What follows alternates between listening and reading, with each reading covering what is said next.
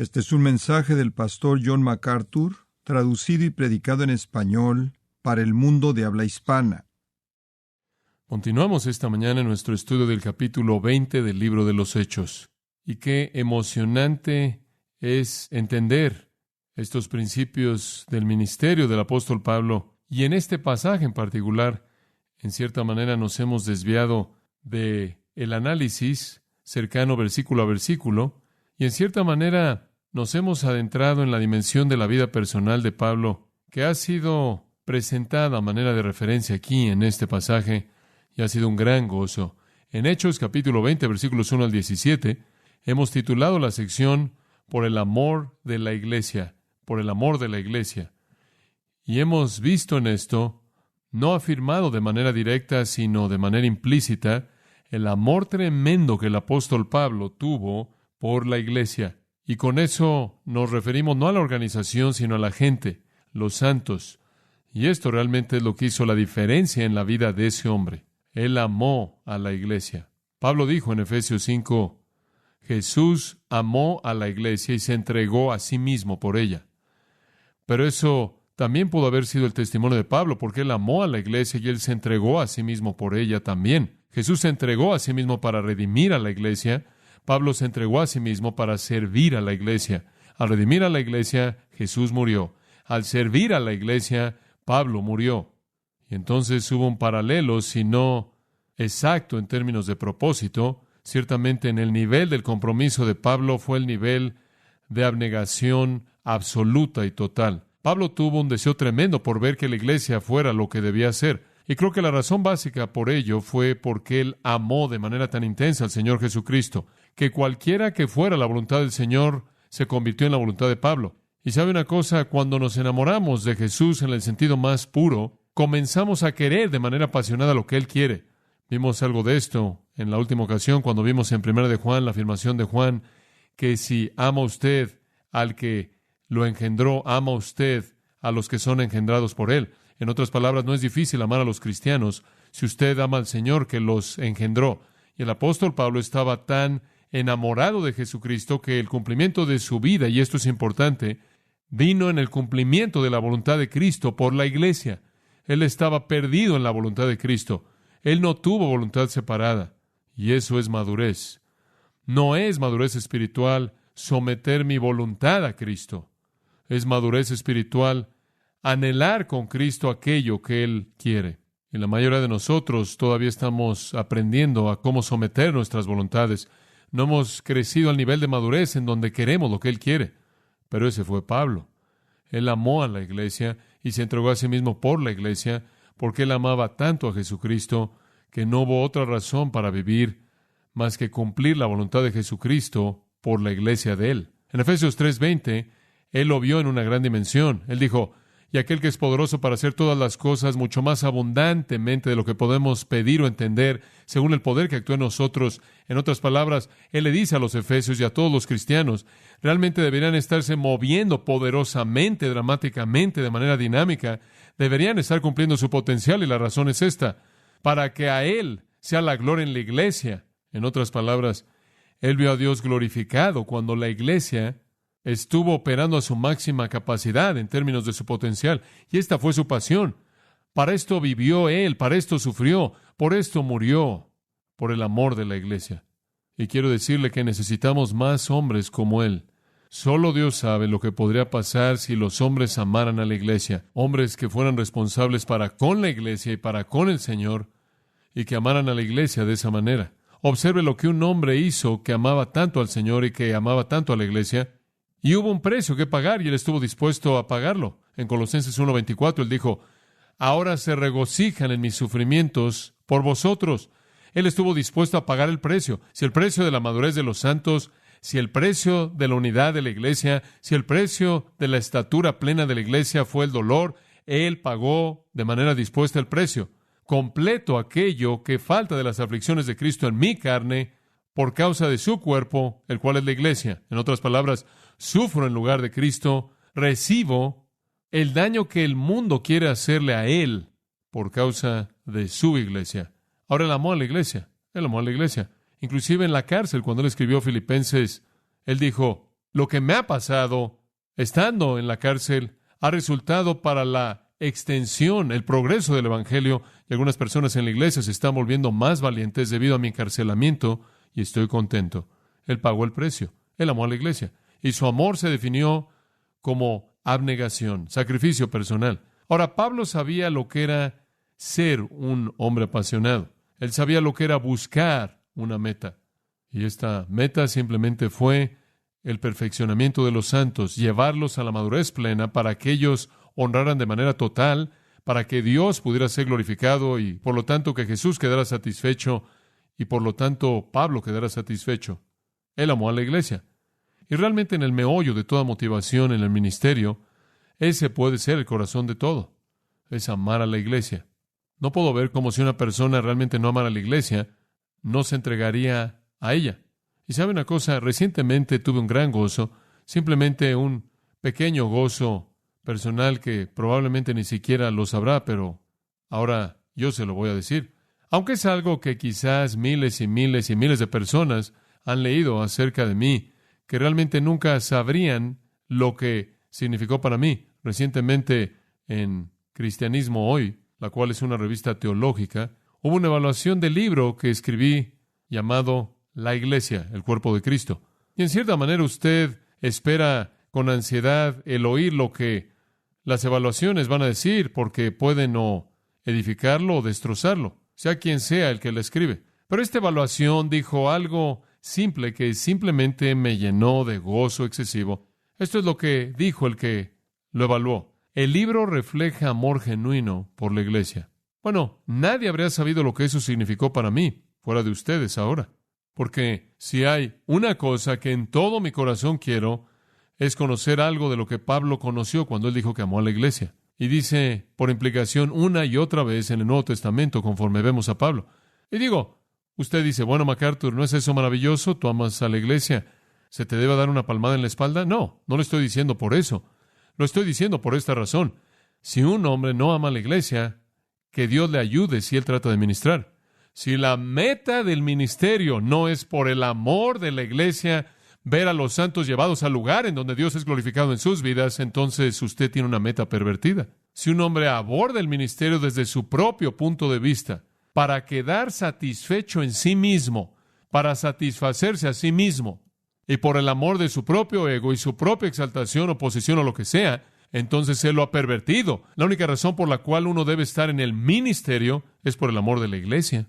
La única razón por la que Jesús vino al mundo fue por el amor de la iglesia, para morir, para redimirnos. Y de nuevo, esto es básico para el ministerio. Yo no debo ser felicitado. Yo no debo ser reconocido. Yo debería ser expulsado si no aman a la iglesia. Eso es básico. Simplemente le pido a Dios que ame a la iglesia como Pablo la amó. Bueno, Pablo amó a la iglesia y eso es realmente en donde está el ministerio. Allí es donde está el corazón del ministerio. Dice usted, bueno, ¿eso me incluye a mí? Claro que usted tiene un ministerio. Usted tiene tanto ministerio como yo.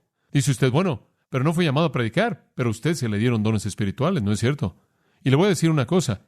La medida de la eficacia y la intensidad de su ministerio de dones espirituales será determinada por el hecho de que usted ame o no a los creyentes. Si usted realmente ama a los creyentes, entonces usted sabrá que ellos necesitan que usted les ministre. Y si usted realmente los ama, usted les va a ministrar porque usted los ama. Y usted quiere que crezcan y lleguen a la estatura completa. El ministerio de los dones es para los otros. Mi don no es para mí, es para usted. No me sirve de nada. Yo podría estudiar, realmente predicar y enseñar es algo que usted necesita, no para mí. Yo podría estudiar las mismas cosas y esconderme en el closet, pero es mi don únicamente en términos de eficacia cuando le he dado a usted. Y un gran motivo tiene que ser que yo me preocupo por usted. Me preocupa que usted crezca, me preocupa que usted madure, me preocupo porque Jesús sea honrado en su vida. Me preocupo que Dios sea glorificado y usted debe tener la misma perspectiva. Dice usted, bueno, mi don es el don de ayuda. Muy bien. Entonces usted debe saber que por el amor de la iglesia usted debe entregarse ayudando a otros, lo que sea. Eso es básico para cualquier ministerio. Bueno, Pablo amó a la iglesia. Él amó a la iglesia lo suficiente como para invertir su energía en ella. Él amó a la iglesia lo suficiente como para morir por causa de la predicación del Evangelio y la alimentación de los santos. Ahora, en este pasaje, en los versículos 1 al 17, vemos el amor de Pablo por la iglesia implícito. Y no está aquí directamente, está aquí indirectamente. Y yo, en cierta manera, leí entre los espacios en blanco un poco, traté de percibir el sentimiento del pasaje sin adulterar su significado. Pero oigo y veo aquí conforme me muevo con Pablo y visualizo y trato de ver de manera realista lo que está pasando en estos 17 versículos y simplemente veo el amor emanando en los espacios en blanco. Usted sabe, está ahí.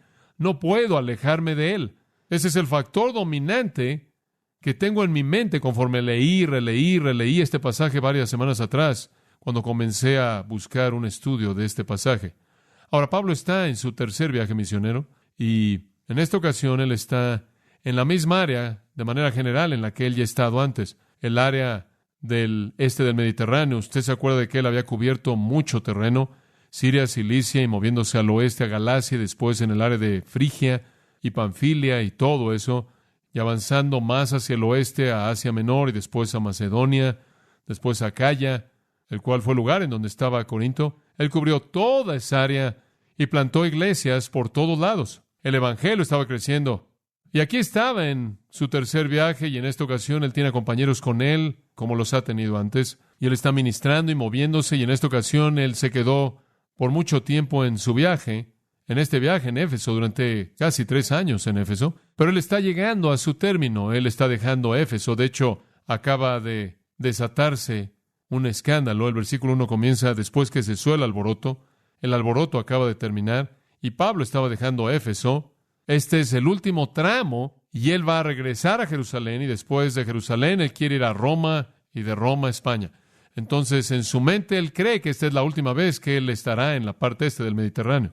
Él tiene algunas raíces tremendas ahí, algunos hijos amados en la fe, y él sabe en su propia mente que él tiene el sentimiento de que esto se acabó, y esta es mi última vez, esta es la despedida, esta es la última vez que voy a estar aquí. Y entonces hay un sentimiento aquí a lo largo de este pasaje de conclusión. Es interesante que probablemente él regresó y de manera muy breve. Y eso se debe al hecho de que él hizo la afirmación que él dejó a Trófimo enfermo en Mileto, y debido a que eso no sucedió aquí, debió haber sucedido más tarde o más adelante, y entonces concluimos que quizás su encarcelamiento romano fue separado en 2 secciones, y a la mitad él hizo otro viaje corto a Asia Menor.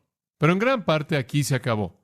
Esta es la conclusión, y usted percibe conclusiones, y supongo que todos nosotros sabemos que cuando vienen las despedidas hay una especie de actitud de amor que emana y que sube hasta la superficie. Y cuando estamos diciendo adiós por última vez a la gente que realmente nos preocupa, todas las cosas en cierta manera se desvanecen y en cierta manera el amor domina. Y quizás en un sentido esto es lo que sucede aquí, aunque creo que probablemente gobernó la vida de Pablo desde el momento de su conversión. Y entonces vemos una serie de despedidas y una serie de adioses a lo largo del capítulo 20, conforme Pablo regresa hacia Jerusalén. Ahora, conforme vemos estos 17 versículos, y originalmente pensé que podíamos cubrir los 17 en una ocasión porque es simplemente narrativa, y después pensé, bueno, ciertamente podremos hacerlo en 2 partes, pero ahora probablemente lo haremos en 3 o más veces, porque no pasamos del versículo 7. Pero aquí vemos 6 áreas, simplemente palabras. Realmente no quieren decir que el texto está dividido por Dios de esta manera. De hecho, es un bosquejo muy pobre, simplemente algunos clavos en los cuales usted puede colgar sus pensamientos. Pero hay 6 diferentes cosas aquí que expresan el amor de Pablo: su afecto, su dádiva, su enseñanza, su persistencia, su disponibilidad y su preocupación. Y usted tiene un pequeño bosquejo ahí en su boletín que puede seguir y tomar algunas notas si usted quiere. Ahora, estas son palabras simples que le van a ayudar a concentrarse en un concepto en cada sección dada. Pero el amor de Pablo es revelado simplemente en maneras implícitas en el texto. La primera, el amor de Pablo es revelado en su afecto. Versículo 1. Después que cesó el alboroto de Éfeso, llamó Pablo a los discípulos y habiéndolos exhortado y abrazado. Deténgase ahí. Como dije la última vez, no quiero presentarle un punto grande a partir de esto, porque no es un punto grande. Es algo muy pequeño. Él simplemente los abraza. Literalmente los acercó a sí mismo. Eso es todo lo que significa. Pero el abrazo que se acostumbraba en esa parte en particular del mundo, lo que se hacía por costumbre era un abrazo y un beso en la mejilla. Esa era la costumbre. Bueno, eso simplemente me hizo pensar. Aquí está el apóstol Pablo Y él debió haber tenido su despedida, y él está pasando por ahí, y siempre era la costumbre abrazar a la gente. Recuerde que le dije que esa es la razón por la que Jesús le dijo a la gente que no se detuvieran y saludaran a todo el mundo, porque realmente podía tomar mucho tiempo. Usted tenía que pasar por toda la multitud y abrazar a todo el mundo y mostrar este gesto amistoso. Entonces, él simplemente dice, sigan moviéndose, no se atoren. Y en la actualidad de nuestro mundo, vemos a alguien abrazándose y, se acabó. En esos días, era un momento en el que la gente le hablaba a la gente y había comunión. Y nosotros siempre estamos apresurados todo el tiempo, entonces no podemos identificarnos con eso. Pero bueno, aquí hubo un momento en el que él pasó por todo el grupo en Éfeso y simplemente comencé a pensar, bueno, esto dice algo acerca del hombre, algo acerca de su toque personal, pero no mucho, simplemente algo de esto. Dice usted, bueno, es simplemente una costumbre, todo el mundo lo hacía. Correcto, pero ahí en el capítulo 20, versículo 37, añadimos este pensamiento, que cuando él se fue de Éfeso más adelante, veremos esto en un par de semanas, dice que todos lloraron cayendo sobre su cuello y lo besaron. Y aquí él usa el término en el griego que tiene que ver con besar de manera ferviente, con afecto, de manera repetida, apasionada. Ahora escuche, usted tiene que ser cierto tipo de persona para que la gente quiera hacer eso, ¿verdad? Tenemos que enfrentarlo. Hay algunas personas que no importa lo que hicieron o por qué se fueron, nadie haría eso. Hubo algo en el hombre que hizo que la gente quisiera expresar su afecto y la gente sintió que podían tocarlo de manera afectuosa, abrazarlo, besarlo. Y sabe una cosa, hay algo bueno en eso, y es lo siguiente. Aquí está el hombre que fue el hombre más grande que vivió en ese entonces en el mundo, si podemos medir la grandeza por el efecto en la historia, ¿verdad? Pablo. Y por grande que fue, y por dominante que fue, por fuerte que fue como hombre, y por crítico como fue en términos del plan de Dios, él fue un hombre entre otros hombres, y otros hombres lo supieron. Hubo algo tan humano acerca de Pablo que la gente podía amarlo inclusive de una manera física. Que Dios nos libre de sistemas de castas, de jerarquías espirituales. Bueno, tenemos ciertas personas que son intocables. Debe haber un sentimiento tan afectuoso hacia todo hombre de Dios. ¿Sabe una cosa? Debió haber algo tan cálido acerca de Pablo que se sintieron cómodos en amarlo de esta manera. Y ¿sabe una cosa? Creo que es importante que reconozcamos que el amor debe poder, si es legítimo, reducirse a lo físico. Y ¿sabe una cosa? En nuestro mundo, eso es algo tan raro. En algunas partes del mundo así es todavía. Le dije que estuve en México y nos estábamos abrazando con todo el mundo que vino. Simplemente hay algo en eso que es bueno. No quiero hacer una defensa seria de esto, pero es interesante que en la actualidad, en la psicología, hay un énfasis tan fuerte en tocar. He estado leyendo todo esto acerca de la preparación de la sensibilidad. Todo el mundo quiere tocar. Ahora tienen grupos en donde usted simplemente va y usted simplemente toca. Es correcto, y esa no es una exageración. La psicología ha proliferado con grupos que tocan, grupos de sentimientos. Se me invitó a uno para ministros únicamente, en donde todos vamos y nos quitamos la ropa y nos sentamos en una alberca con agua caliente y nos tocamos unos a otros. Eso fue legítimo. Se me invitó a uno. Tuvieron antes uno para ministros. Tuvo tanto éxito que van a tener otro. No necesito sentarme en una alberca con agua caliente. Y es ridículo. Es un intento sorprendente por parte de la gente por hacer que el amor de alguna manera sea demostrado de manera física. Creo que es bueno. Creo que en su hogar debe ser así con sus hijos. Yo creo, hombres, que sus hijos deberían verlo usted abrazando a su esposa y plantándole un beso. Y deberían ver eso con frecuencia. Deben verlo con frecuencia. Es algo saludable que ellos puedan demostrar su afecto. Y creo que debe ser así con sus hijos. Creo que debe ser que usted puede tocar de manera afectiva y abrazar y besar a sus hijos. Creo que es importante. ¿Sabe una cosa? Usted ve a hijos que crecen en hogares en donde los padres no están trabajando, están ocupados. El niño nunca conoce el significado del afecto físico y él crece con una personalidad afectada. Eso es parte de la vida humana. La necesidad física está ahí para ser tocados. Y usted responde a eso y yo también. Yo también. Dice usted, bueno, ¿es eso algo serio? ¿Que el cristiano pueda demostrar su amor? Creo que si el amor está ahí, Debe haber ese tipo de capacidad para demostrarlo, inclusive físicamente. Escucha esto. Y simplemente le voy a dar unos cuantos versículos que son interesantes. Romanos 16:16. Saludaos unos a otros. No trate de seguirme, nunca va a llegar ahí. Saludaos unos a otros con ósculo santo. Eso es filema, beso de amistad y abrazo en esos días. Muy bien, eso es Romanos 16:16. 1 Corintios 16:20. Saludaos unos a otros con ósculo santo. 2 Corintios 13:12. Saludaos unos a otros con ósculo santo. Creo que hay un mensaje aquí para nosotros. 1 de Tesalonicenses 5:26. Saludad a todos los hermanos con ósculo santo. Ahora, quizás los tesalonicenses estaban siendo algo selectivos, y entonces Pablo dice, todos ellos. 1 de Pedro 5:14 dice usted, Pablo estaba obsesionado con esto. No, Pedro tuvo el mismo pensamiento.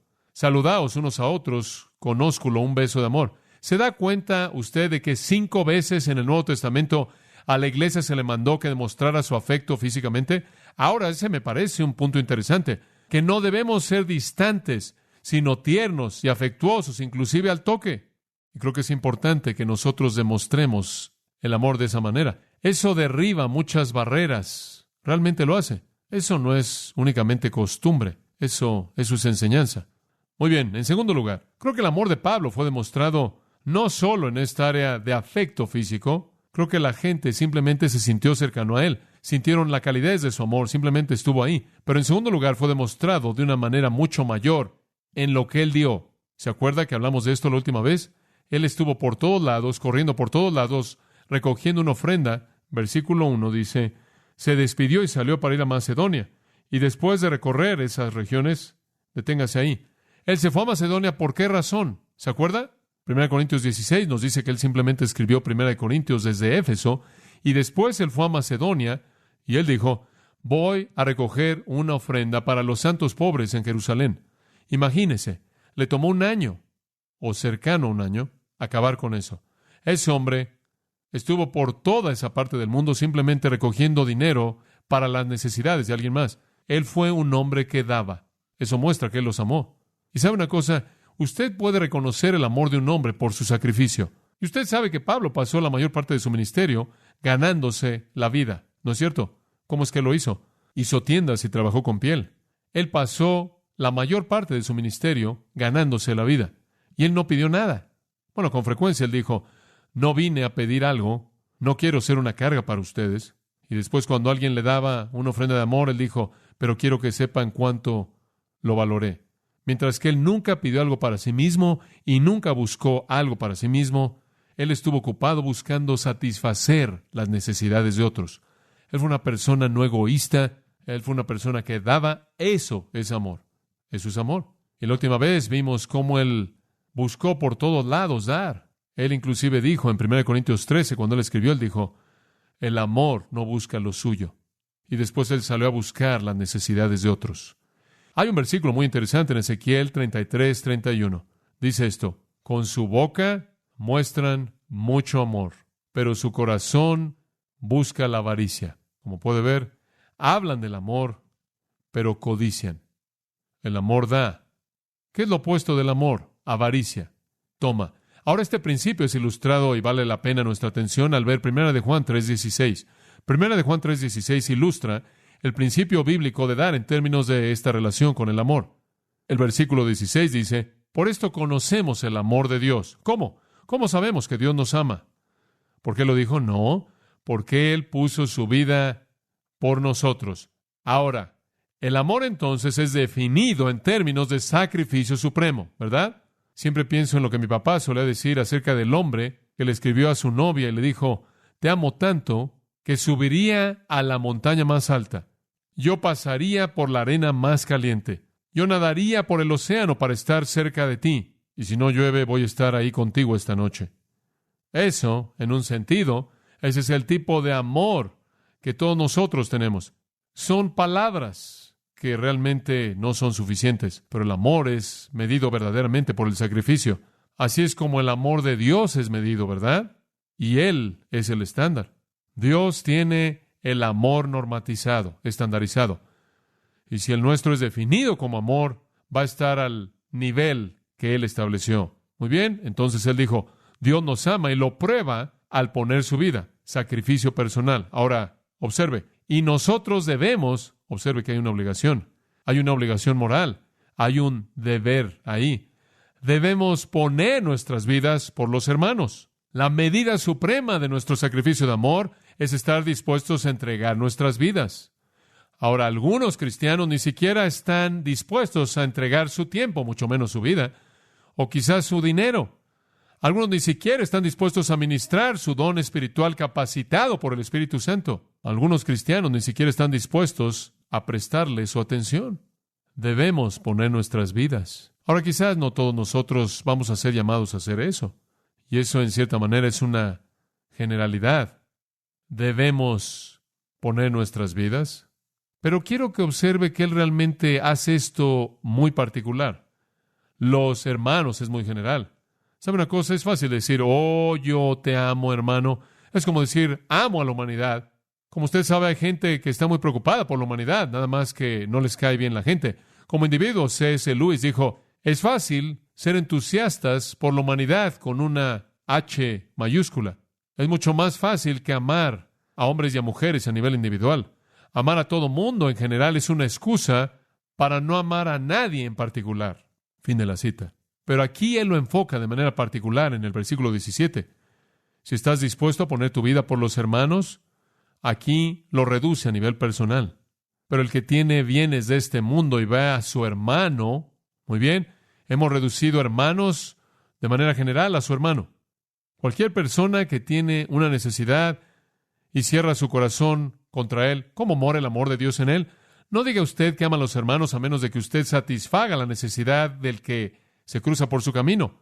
¿Se acuerda de lo que el Dr. Ryrie dijo acerca del buen samaritano? Esa es nuestra obligación para con ese hermano. Afirmaciones de amor no son suficientes.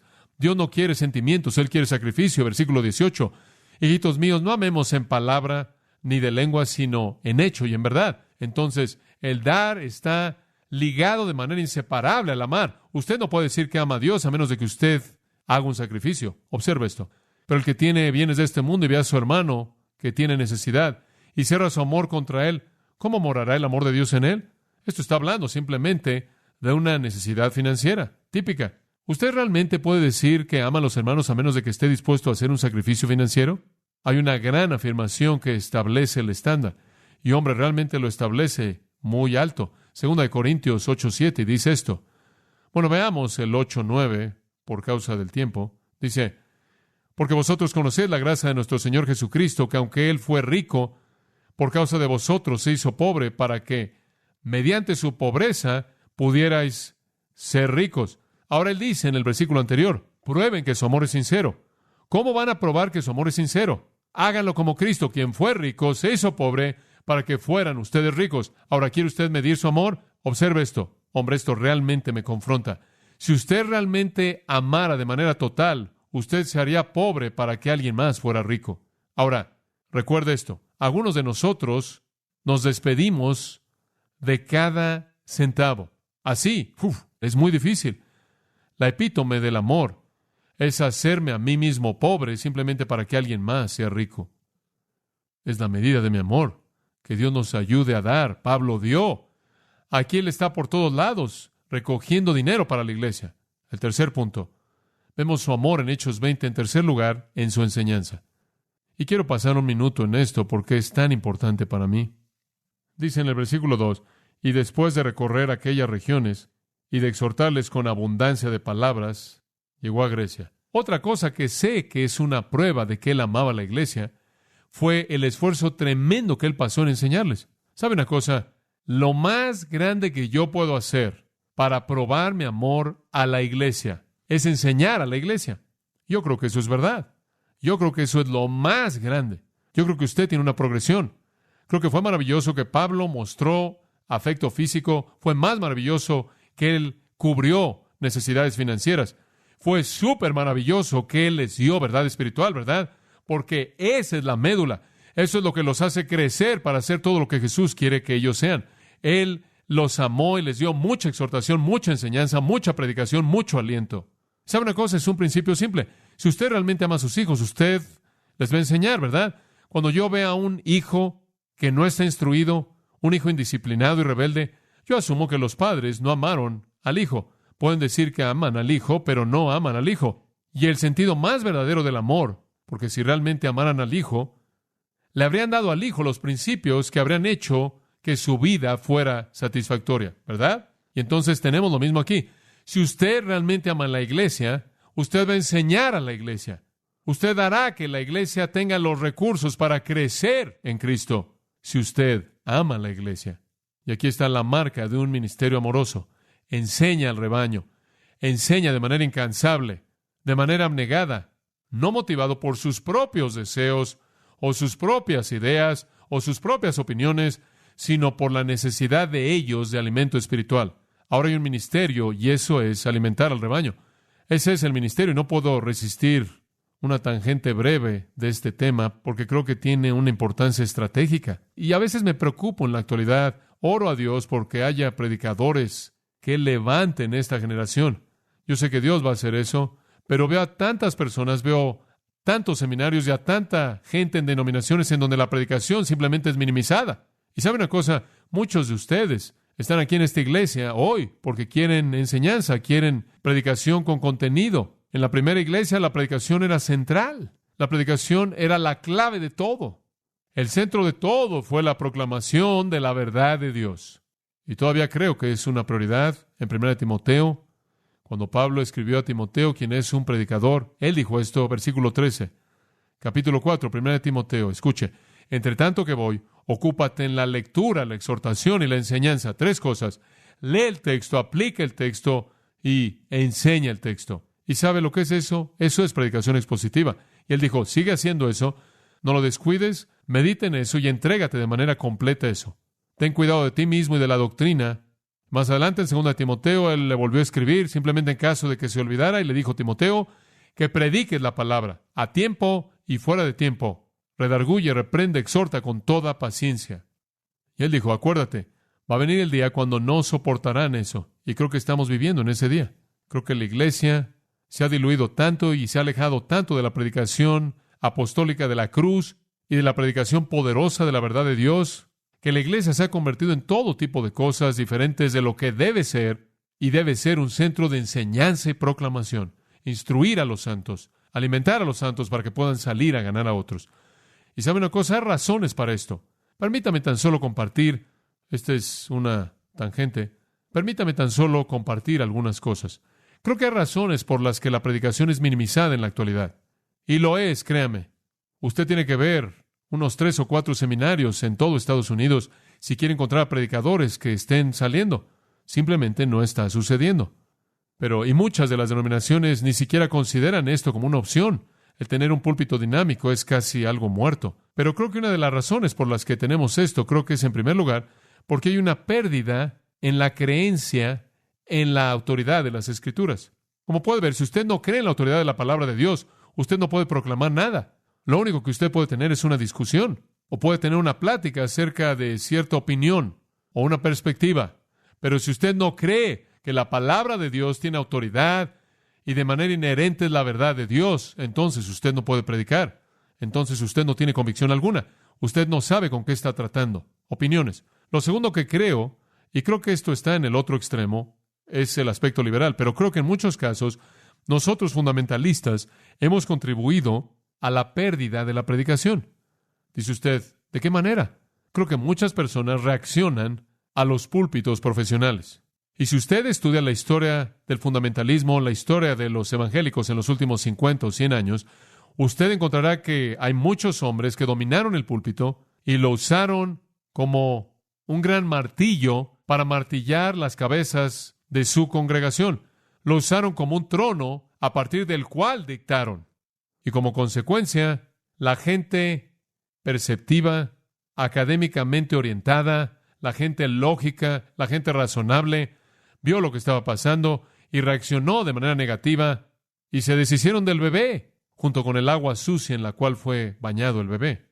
Eso es lo que los predicadores hacen. Entonces, deshagámonos de la predicación. Un actor profesional que manejaba y manipulaba a la gente y apelaba a sus emociones y hacía que la gente viniera y se fuera por los pasillos, se hiciera todo tipo de cosas. Y en la mente de muchas personas todavía esta es la imagen. mucho ruido sin contenido, sonido y furia que no significa nada. Y hay mucho de eso, simplemente palabras interminables. Y creo que en gran medida ese tipo de predicación ha hecho tanto por destruir la respuesta positiva a la predicación como lo ha hecho el menosprecio de la autoridad hacia las Escrituras. En tercer lugar, y otra cosa, yo creo que la iglesia ha sido invadida por medios masivos de comunicación, materiales, música y testimonios. Y creo que esto ha sido un problema. Dice usted, ¿qué quieres decir con eso? Bueno, usted sabe, solía ser que la iglesia se congregaba para oír la palabra de Dios. Pero después alguien pensó, bueno, ¿no será bueno si tuviéramos esto, esto y eso? Y todo el mundo comenzó a volverse creativo y crearon tantas cosas que ahora hay 1,000,000 de cosas que están luchando por la hora que solía darse a la predicación. Todo tipo de cosas maravillosas, películas y musicales y todo tipo de materiales nuevos y nuevas cosas electrónicas y simplemente una cantidad tremenda de cosas. Y algunas de estas cosas son muy, muy excelentes y muy, muy buenas. Pero quiero decirles algo, amigos. No puede tomar el lugar de la iglesia local. En la iglesia local de la enseñanza de la palabra de Dios. Y sabe una cosa, yo creo con todo mi corazón esto. Yo creo que Dios me ha colocado aquí en Grace Community Church. Y yo creo que Él ha colocado a los ancianos aquí en Grace Community Church, a aquellos que enseñan, porque Él quiere que enseñemos esta parte de la iglesia. Y no voy a entregarle esta responsabilidad a fuentes externas. Hablé con un pastor que nunca predica el domingo por la noche, nunca. Siempre tiene una película, un musical o alguien que da un testimonio, alguna persona bien conocida. ¿Sabe usted lo que ha hecho? Él ha entregado su iglesia a todas esas influencias externas y esas personas pueden ser personas maravillosas y todas esas cosas pueden ser cosas maravillosas, pero realmente no son sensibles ni están en la frecuencia para lo que esa iglesia es y dónde está y lo que Dios está haciendo ahí. Y creo que hay un elemento importante, si hay un elemento importante en una iglesia, en donde la predicación se lleva a cabo, que está relacionado con la gente. Esta simplemente es una convicción fuerte que tengo. La predicación ha sido relegada a la esquina de atrás. Los hombres han descubierto que usted tiene que trabajar duro para predicar. Usted tiene que estudiar duro. Usted tiene que ser diligente. Y es mucho más fácil llegar con algo que no toma tanto compromiso y demás y encontrar tiempo para otras cosas que son cosas buenas, pero no son prioritarias. Y ahora usted sabe, solemos congregarnos para la predicación y la enseñanza y ahora tenemos el servicio. ¿Qué es eso? ¿Alguna vez alguien ha entendido lo que es eso? Yo no tengo la menor idea. He oído la palabra toda mi vida. El servicio. ¿Qué es eso? ¿Qué quieres decir con el servicio? Entonces lo llamamos la comunión de adoración en la mañana y una hora familiar de la Biblia en la noche, porque no sé lo que es el servicio. Y no he encontrado a nadie más que lo sepa. Y sabe una cosa, ahora tenemos a gente que dice, bueno, nos gustaría tener mucha adoración. Bueno, entonces, ¿qué es adoración? Martin Lloyd-Jones dice, y esto es bueno, él dice, si la predicación se ha desvanecido, entonces ha habido un incremento en el elemento formal del servicio. La manera de recibir la ofrenda de la gente inclusive ha sido ahora más formal. Eso llena el tiempo en algunos lugares. No aquí, eso espero, pero en algunos lugares. El ministro y el coro ahora entran en el edificio como una procesión. Y en algunas iglesias hay música y todo tipo de cosas que están sucediendo mientras que están caminando por todos lados. Él dice, aún más en el incremento está el elemento de entretenimiento en la adoración pública. Usan películas y más canciones. Encima de esto, se dan testimonios. Si usted puede encontrar a un almirante o a un general, o a alguien que tiene algún título especial, o algún jugador de béisbol, o alguna actriz o actor, pídales que den su testimonio. Esto es deseable y va a ser de mucho mayor valor que la predicación. Fin de la cita. Pero eso es lo que ha sucedido en muchos casos. Todas las técnicas humanas pueden hacer que una multitud se congregue. Eso es correcto. Pueden hacer eso. Pueden conseguir una multitud. Pero usted nunca llegará al problema real. El problema real en la iglesia no es una asistencia baja. Es mala nutrición espiritual. Como puede ver, ese es el problema. Y muchas iglesias están entregando píldoras de felicidad cubiertas de azúcar, mientras que todo mundo está siendo consumido por abscesos espirituales. ¿Sabe una cosa? Están inyectando morfina a la gente que tiene un apéndice rasgado. No ayuda en absoluto. Y después creo que otro problema que la iglesia enfrenta y que ha contribuido a que desaparezca la predicación es el hecho de que a alguien le ha vendido a la iglesia la idea de que el énfasis debe estar en que el pastor sea un consejero y un trabajador social, no un predicador, no un hombre de la palabra, sino un consejero y un trabajador social. Y la idea del consejero dice, bueno, no puede satisfacer las necesidades individuales de la gente mediante la predicación. Escuche, si usted puede aprender los principios de Dios, usted los puede aprender también oyéndolos predicar o oyendo a alguien que se los diga a usted. Y si los principios de Dios no son la clave para su propia salud espiritual y su propia salud mental, no sé qué es. Alguien más viene y dice, bueno, tenemos que involucrarnos socialmente y el ministro debe estar al frente del retrato social. Tengo un buen pasaje que siempre uso para gente que dice eso, y ese es Hechos 6, y es muy claro. Simplemente dice esto, que las viudas griegas no estaban recibiendo lo que debían recibir. Alguien no estaba cubriendo las necesidades de ellas. Ese es un problema social. Las necesidades de las viudas hebreas estaban siendo satisfechas, pero las viudas griegas estaban diciendo, los judíos no están siendo justos. Entonces fueron con los apóstoles, oigan, tienen que atender el problema social, alimento para los necesitados. Los 12 convocaron a todos los discípulos y dijeron, no es justo que dejemos la palabra de Dios y nos encarguemos de asuntos sociales. Bastante directo. Entonces escojan algunos diáconos para que hagan eso y nosotros nos entregaremos a la oración y a la palabra de Dios. Y eso es lo que hace la diferencia. Entonces, ese es uno de los problemas. Creo que otra cosa que ha sucedido, que ha hecho que la predicación en cierta manera vaya en declive, es que la iglesia ha llegado a ser identificada como una organización comunitaria en lugar de ser un centro de enseñanza. Todo sucede en la iglesia. La iglesia se ha convertido en el centro de todo.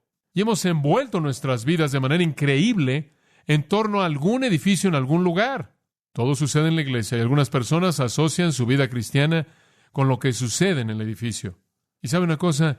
La gente me dice, John, ¿crees que Grace Church es demasiado grande? Grace Church es demasiado grande si es demasiado grande como para ser instruida. Si no es demasiado grande para ser instruida, no es demasiado grande. Dice usted, pero hay tantas personas. Simplemente piensa en todo lo que podrás escoger a partir de la comunión. Tenemos todo tipo de comunión. Puedes tomar lo que quieras. No estoy defendiendo nuestra iglesia en contraste a una iglesia más pequeña, porque Dios quiere que algunas sean grandes, otras pequeñas, algunas de tamaño medio, y esa es la prerrogativa de Dios. A mí no me importa.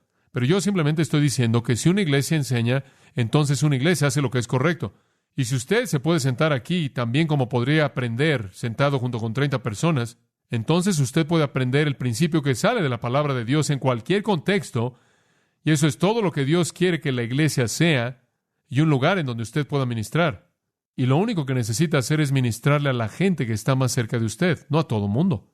Bueno, creo que algunas de estas cosas han contribuido a que la predicación decrezca, y oro a Dios porque Dios levante a algún hombre grande en el púlpito, un gran hombre de Dios. Y realmente creo, y últimamente he visto una tendencia hacia un interés revitalizado en el púlpito. Y hay algunos ministros con los que he hablado de esto y creo que eso es maravilloso. Bueno, eso termina el repaso. Nos quedan 10 minutos para el sermón.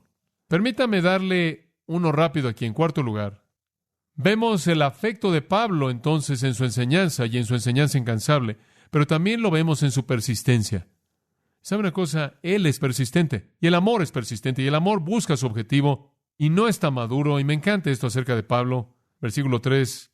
Después de haber estado allí 3 meses, noten el versículo 2, que él estaba en Grecia, la cual realmente era Acaya o la ciudad de Corinto. Él estuvo en Corinto 3 meses. ¿Y se acuerda usted de lo que él hizo ahí? Él escribió el libro de Romanos. Él estuvo ocupado y él estuvo enseñando. Y siéndole puestas acechanzas por los judíos para cuando se embarcase para Siria, él iba a abordar una nave para peregrinos. Él iba camino a la Pascua en Jerusalén y en cada temporada de Pascua, una nave para peregrinos se detenía en los puertos y recogía a la gente judía que quería ir a la Pascua. Entonces él iba a abordar una, y hay un pequeño puerto cerca de Corinto llamado Cencrea, y él iba a abordar la nave de peregrinos en Cencrea, pero los judíos probablemente tramaron atacarlo para cuando se embarcase. Bueno, él se enteró acerca del plan. Entonces, ¿qué cree usted que va a hacer? Bueno, él sabía que buscaban quitarle la vida, y él sabía que el mundo entero quería quitarle la vida, por lo menos al mundo al que él iba. De hecho, ahí en el versículo 23, él admitió que el Espíritu Santo le había dado testimonio de que en toda ciudad nada más que aflicciones y cadenas le esperaban. Él supo a lo largo de este viaje a Jerusalén, y él fue advertido y advertido y advertido, Te quieren, te quieren, te quieren, te quieren, te quieren. Y él llegó ahí y lo capturaron. Pero ¿sabe una cosa? El hombre fue absolutamente persistente. No le importó. Y entonces cuando él oyó esto, lo único que hizo fue cambiar su ruta. Tomó la decisión de volver por Macedonia. Él dice, muy bien, si me quieren atacar en el barco, simplemente me iré a Macedonia. Voy a subirme a otra nave persistente. Este hombre no fue un cobarde. Y cuando él fue a Macedonia, él habría tenido que regresar por todas las ciudades de donde lo habían expulsado. Persistente. Él iba a llevar ese dinero a los santos en Jerusalén, aun si le costaba la vida, aun si eso fuera lo último que él haría. Él iba a hacer eso. Y ahí cuando estuvo sentado en Corinto, él escribió el libro de Romanos, y él inclusive le dijo esto a los romanos, en el capítulo 15, versículo 30. Os ruego, hermanos, por causa del Señor Jesucristo, por el amor del Espíritu, que me lleven juntos en sus oraciones a Dios, para que sea librado de aquellos que no creen en Judea. En otras palabras, él dijo, sé que va a ser un problema. Y voy a tener problemas especialmente en Judea. Va a haber antagonismo, oren por mí, pero él fue persistente. El amor es persistente. Bueno, si usted realmente ama al Señor Jesucristo y usted ama a la iglesia, frente a todo usted va a buscar el ministerio. Frente a todo desafío, frente al desánimo, frente a la persecución directa, frente a todo tipo de confrontación, si usted ama a la iglesia, usted buscará el ministerio. Nada lo va a frenar a usted si ama a la iglesia. Él fue persistente. Él determinó regresar a Macedonia y regresó ahí otra vez, un viaje largo. Este es un hombre cansado, un hombre desgastado, pero él nunca consintió cambiar sus planes debido a que él creyó que Dios estaba en esto. Persistencia sorprendente. Bueno, cuando él no fue solo. Versículo 4. Y le acompañaron hasta Asia, Sópater de Berea, Aristarco y Segundo de Tesalónica, Gayo de Derbe, y Timoteo, y de Asia, Tíquico y Trófimo. Estos, habiéndose adelantado, nos esperaron en Troas. Observe la pequeña palabra nos. Lucas está de regreso. Lucas es el autor. Cuando usted comienza a ver el nos o el nosotros, de nuevo Lucas está de regreso. Pablo había dejado a Lucas en Filipos, ahora él regresa por Filipos otra vez, lo recoge y entonces la narrativa se vuelve el nosotros. También es interesante porque todo a partir de aquí se vuelve muy detallado. Y sabemos que tenemos un testigo ocular ahí, mientras que el terreno cubierto de los versículos 1 al 5 está en general. A partir del versículo 6, todo pequeño detalle es cubierto, ya que tenemos un testigo ocular en Lucas. Ahora observe lo que Pablo hace. Él toma a estos hombres por la razón simple de que ellos representaban a todas las iglesias de los gentiles. Y él va a llevar esta ofrenda a los judíos y él dice, sé que los judíos necesitan esto, pero en segundo lugar, sé que necesitan ver la unidad de la iglesia. Entonces voy a llevarme a todos estos gentiles con todo este dinero sacrificial y vamos a soldar a la iglesia como una judío gentil. Entonces él se lleva a hombres de toda área. Sópater, Aristarco y Segundo eran de las iglesias macedonias. Observe a Gayo y a Timoteo, eran de las iglesias de Galacia. Tíquico y Trófimo, quienes son mencionados en otros lugares por Pablo, eran de las iglesias de Asia Menor. Y en 2 Corintios 8 él dice que Tito era de Acaya. Y también hubo otro con Tito. Entonces hay hombres de cada una de las áreas de iglesias con su dinero para entregárselo a los santos en Jerusalén como una muestra de amor. Algo muy hermoso, algo muy hermoso. Bueno, en el versículo 6 dice, y nosotros, pasados los días de los panes sin levadura, navegamos de Filipos. Eso habría sido después de la Pascua. Él originalmente quería estar en Jerusalén para la Pascua, pero cuando surgió lo del plan contra él no pudo llegar. Entonces él ahora tuvo que cambiar sus planes y esperar que llegara ahí para Pentecostés, lo cual era 50 días después de la Pascua. La fiesta de los panes sin levadura era, claro, la fiesta que duraba 7 días inmediatamente después de la Pascua. Entonces pasaron la Pascua ahí y 7 días de los panes sin levadura en Filipos y cruzaron a Troas y en 5 días nos reunimos con ellos en Troas. Únicamente les tomó 2 días la primera vez que vinieron del otro lado. Entonces debió haber sido un viaje difícil, donde nos quedamos 7 días. Ahora esta es su persistencia. El une a estos hombres es un viaje largo, 5 días en lugar de los 2 normales. Y tuvieron que quedarse en Troas durante 7 días más para subirse a la nave correcta. Y él ya perdió la Pascua, aunque él la celebró en Filipos. Y él señala esto porque nos vuelve a decir que Pablo todavía era muy judío en su corazón y en su actitud. Bueno, su persistencia. Él amó a la iglesia y él fue persistente. Finalmente, y simplemente para tocar esto, y cubriremos este punto la próxima vez, lo último que vamos a ver aquí esta mañana es que él amó a la iglesia, y eso es visible por su disponibilidad.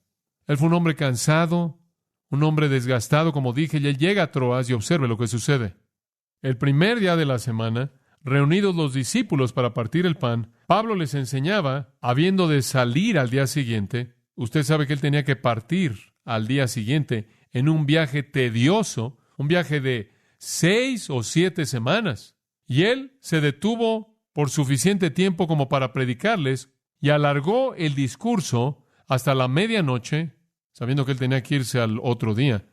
Dice usted, hombres, es un sermón largo. Usted aún no ha visto nada. Tomaron un pequeño descanso a la mitad. Él regresó y dice al final del versículo 11 que habló largamente hasta el alba. Él llegó ahí cansado, agotado, y él predicó toda la noche. Y no fue tan solo un sermón, él respondió todas las preguntas de ellos. Satisfizo todas sus necesidades en términos de información acerca de Dios. Disponibilidad. Ahora, eso tan solo es una pista inicial de su disponibilidad. Hay otra pequeña afirmación hermosa en el versículo 13 que vamos a ver la próxima vez.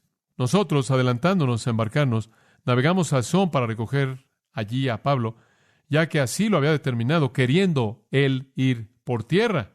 Mientras que los hombres se subieron a la nave y viajaron por más de 30 kilómetros a Asón, más de 30 kilómetros por agua, Pablo caminó a Asón. Y hubo una razón muy específica. Este fue un hombre disponible. Aquí estuvo él en Troas y él se entregó toda la noche. Bueno, algo interesante sucedió esa noche. Un hombre se quedó dormido a la mitad de su sermón, se cayó de espaldas por la ventana y murió. Y si usted quiere saber lo que le pasó, regrese dentro de 2 semanas y veremos eso. Permítame tan solo tomar un pensamiento y después cerraremos. Observe el versículo 7, el primer día de la semana. Ahora, ahí está la primera afirmación directa del tiempo en el que la iglesia se reunía. ¿Cuál es el primer día de la semana? Domingo. Ahora, el domingo se llama en las Escrituras el día del Señor. En Apocalipsis 1:10, Juan dijo, estaba en el Espíritu en el día del Señor. Entonces, aparentemente, ya para ese entonces, los cristianos habían conocido el domingo como el día del Señor.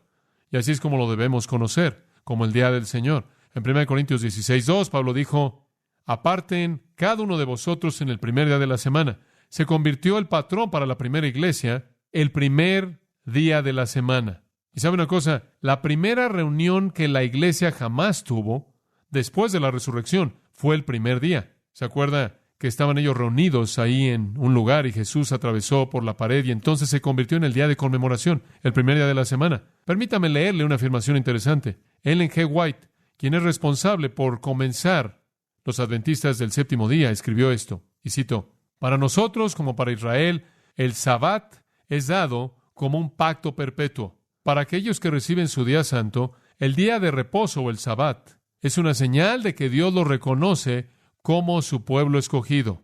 Lo que ella está diciendo ahí es que la gente que se reúne en el Sabbat es el pueblo escogido, los otros no.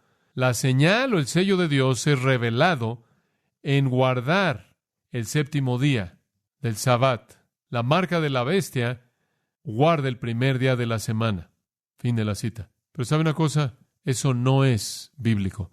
En Gálatas, no solo de la vida de la iglesia, probablemente significa que se reunieron en días alternos, pero el día del Señor fue un día especial. Pero en Gálatas 4:10, Pablo dice a esos cristianos en Galacia, ustedes observan días y meses y tiempos y años. En otras palabras, ustedes todavía están atorados en el Sabbat judío.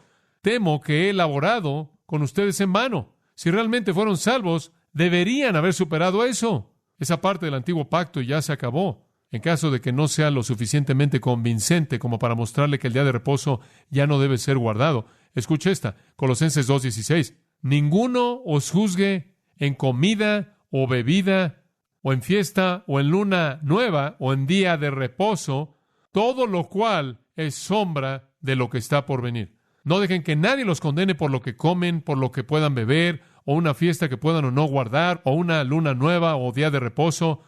Esas cosas fueron sombras. Cuando la realidad vino, la sombra se acabó. No hay justificación para el día de reposo. La primera iglesia se reunió en el día del Señor. Y esa es la razón por la que también lo hacemos. Pero no hay nada de malo con reunirse también otros días, cualquier otro día.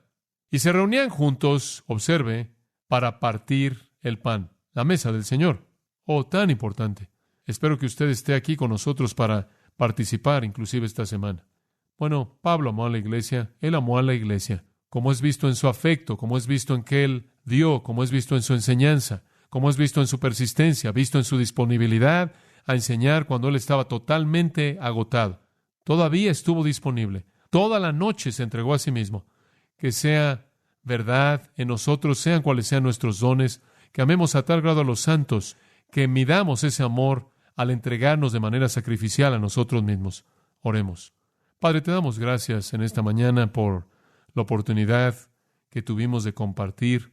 Gracias por los diferentes ministerios que tú nos has encomendado a cada uno de nosotros mediante los dones espirituales que tenemos. Padre, oramos porque nosotros, al igual que Pablo, amemos a la iglesia tanto que nos entreguemos a nosotros mismos y todo lo que somos y todo lo que tenemos por causa de aquellos que son los amados y amados de Dios. Gracias porque podemos ver el patrón, el ejemplo de un amor como este y un compromiso como este en la vida de este hombre tan maravilloso. Y Señor, oramos porque nunca nos volvamos tan egoístas que no podamos gastarnos a nosotros mismos por otros, como Pablo lo hizo. Dios, sabemos que si todos fuéramos a amar a la iglesia y amarnos unos a otros, como Pedro dijo, con un corazón puro, de manera ferviente, el mundo nunca ni siquiera podría soportar el poder de nuestro testimonio. Que así sea, en el nombre bendito de Jesús. Amén. Usted ha escuchado a John MacArthur, maestro bíblico de Gracia a Vosotros. Para más información y acceso gratuito a todos los mensajes de John, así como una lista de libros incluyendo la Biblia de estudio, visite la página web en gracia.org. Gracia a Vosotros y el pastor John MacArthur se reservan toda protección y derecho de autor bajo la ley que esté vigente. La información de derecho de autor está disponible en gracia.org, que incluye instrucciones para limitar la duplicación de este archivo digital. Gracia a Vosotros es una organización sin fines de lucro, dedicada a desarrollar recursos desde las enseñanzas del pastor John MacArthur, las cuales ofrecen la verdad de las Escrituras. Por otra parte, su apoyo en oración y sus donaciones al ministerio nos ayudan a lograr este propósito para equipar a miles de personas de habla hispana. Si desea hacer una donación o ofrenda, puede hacerlo utilizando su tarjeta Visa, Mastercard, Discovery o American Express, ingresando a gracia.org,